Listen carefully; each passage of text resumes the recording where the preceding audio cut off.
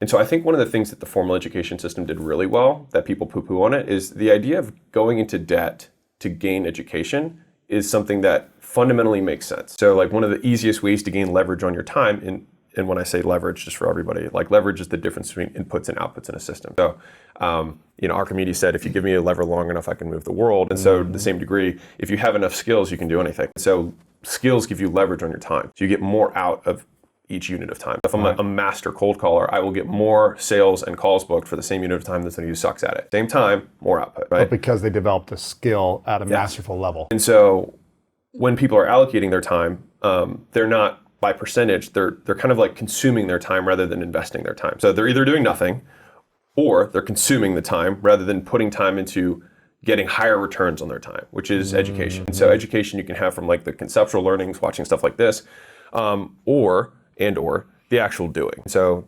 you learn taking more action, 100%. failing, messing up, feeling like an embarrassment in the actions. The first 1,000 cold calls you make, the first 1,000 cold emails you do, the first 1,000 doors you knock on, the first 1,000, you'll learn more from that than you'll learn from every single book you read up to that point on the concept. And so people don't allocate nearly enough time to that in the beginning. And so I think one of the things that the formal education system did really well, that people poo-poo on it, is the idea of going into debt to gain education is something that fundamentally makes sense. Yes, but it's got to be the right education that can make you money. You got to get a return on it. Yes. You have to get a return on it, because like the idea of borrowing from a future self that can make more money to pay for the thing that you're getting the skill for makes total sense. And so this is the simplest example that I have. So a friend of mine has a 17-year-old daughter. She got a job at a bowling alley and she makes minimum wage. And he said, why don't you become a phlebotomist? And she was like, well, I don't want to spend the money.